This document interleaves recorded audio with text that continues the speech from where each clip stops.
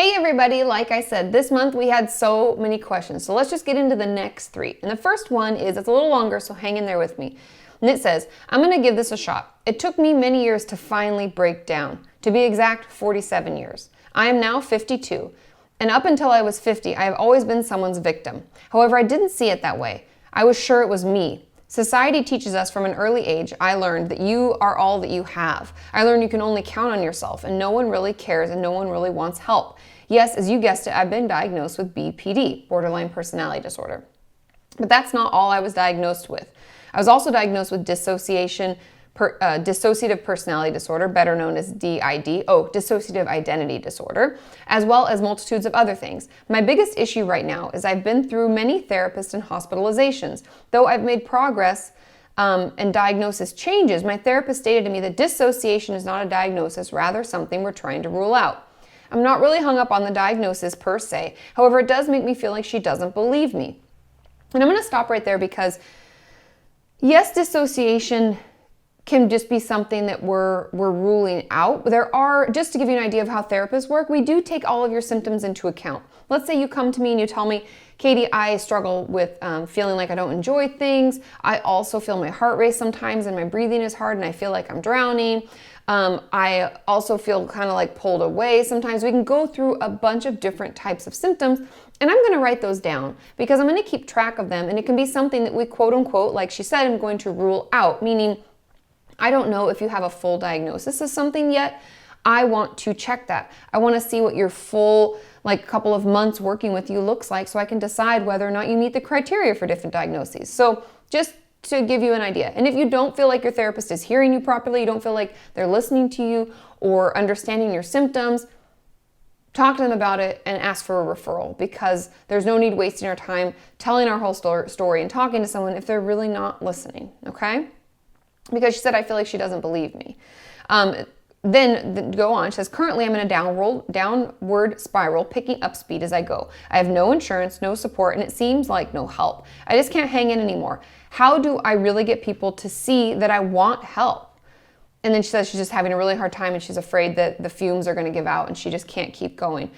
And it can be really hard sometimes to let people know that we really do want help and that we want things to get better. But that's why sometimes we have to scream to be heard. And I know it sucks, but maybe we have to try a different hospital. Maybe we have to try a different therapist. Maybe we have to write things down, bring it in, and read off of it exactly as we want to say it. Because I find for most of us, mental health treatment can suck. It can be hard. People want to discharge us when we're not ready from the hospital. People want to tell us that we're fine when we know that we're not. People can be shitty at their jobs. With all that being said, I think that sometimes we can be our biggest advocate. We can scream about it. We can keep asking. We can keep talking to people. We can keep sending emails and phone calls until we get to the right person who can give us the help that we need. And I know it's exhausting. And I know if we're struggling, it's like we can barely muster up the courage or the energy. But I know there are people in our lives who can help us. Please reach out to them. Please talk to them. Write down what it is you want to say. Read it exactly as is. Keep calling, keep emailing, keep telling them that you need help and that you want to get better, because trust me, sooner or later someone will hear us. I did that video with Emma Wicks all these years ago where she talked about how she kept asking and kept talking and everybody kept saying no, and then finally someone said yes, and now she's finally getting help for the emotional abuse that she sustained for years, and it's been life-changing. So know that there is help available. There are people out there who are good at their jobs. Sometimes we have to just keep asking and keep shouting to be heard. And the second question for this video is, hey Katie, would you be willing to do a video on friendship with therapists and why it isn't a good idea, or what to look for in a therapist that are warning signs? Also, how to heal after this has happened and process what's normal to feel and resources that can help with the healing.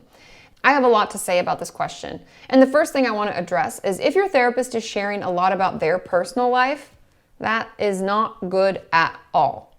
We should feel comfortable with our therapist, but we shouldn't feel like we're checking in with a best friend. We shouldn't feel like we both share what's going on with ourselves and potentially hang out afterwards. That is not healthy. Those are some warning signs right there, if they're sharing too much about their personal life. And the second thing is if they make themselves available 24/7. If you call and text in between sessions all the time, that's another red flag. Therapy should, so this is to kind of give you an idea of how it should really feel. It should feel pretty comfortable, but not like a friendship, it should feel a little businesslike. And I don't mean that to mean really cold, but it should feel, if you've been through this and you're having a hard time, it should feel a little colder to you. You should feel like you can't quite get them. You don't really know, but they're supportive, but they're just not as warm as the other one used to be. Those are good signs. I know that sounds all sorts of weird, but when we've had a situation that was so unhealthy and on the friendship side, all the way on that side of the spectrum, we're gonna feel like it's a little colder than it used to be. And things that you can look for in a therapist, there are actually certain types of therapists that specialize in attachment-based therapy, or DBT therapists. They're also great at this. Those are both really good for dealing with kind of untangling that friendship with a therapist and like fostering a healthy therapeutic relationship. So that'd be kind of my advice on that. And to go into your other part of the question where you said resources that can help with the healing, to be honest, talking with another healthy therapist, one that is attachment-based, who understands, who does DBT therapy, can help you better understand the therapeutic relationship. You can talk it out. You can say what happened to you. You can express how hurtful it was. And on that note, the second thing I'd recommend is grieving the loss. Because if your therapist did do that to you and fostered a friendship when they're not supposed to, and truthfully, it's on the therapist. I just want you to know, you did nothing wrong. The therapist did things wrong. I want you to give yourself the time to grieve that loss because you lost a friend and that wasn't fair and they shouldn't have done that to you. And so I want you to know that it's okay to feel sad. It's okay to feel really hurt and lonely and left and just all around upset. And just talk about it, grieve it, journal about it, cry about it. All of that's okay. And the third and final question for this video is, hey Katie, I'm in therapy for a while now, but recently I'm having a really hard time. My therapist suggested to meet twice a week, but it's just too expensive. I feel like she's just watching me fall apart and not doing anything. Everything she seems to say just makes me angry and end up pushing her away, thinking she doesn't care about me. I'm getting worse and worse and I don't know what to do. I hope you can help. Thank you so much. I have a couple of thoughts, and this is an interesting question to get because the first is, as a therapist, all we can recommend is more care. If we think you're having a hard time, we would want to double up sessions. We want to see you twice a week. And you could ask if she'll work with you on cost. If you need to go, $25 cheaper, I don't know how much she charges, but if you can ask for a little bit less, that's completely okay. You're having a hard time. You won't be going twice a week for very long. It's just something we put in place when we know that you're struggling and once a week isn't enough. So I would ask about that. And then the second portion where you say like she feels like she's not doing anything, that's all she really can do is try to see you more and try to offer tips and tools. And maybe she's not doing that, but the next stage after that, as an outpatient therapist, meaning I see you in my office, then you go about your day, you're not in a treatment center. After seeing you once a week and then trying to increase to twice a week and offering tools and things like that, my next step is to refer you to a day program or some kind of inpatient facility so that you can get the support and help that you need because I'm not enough.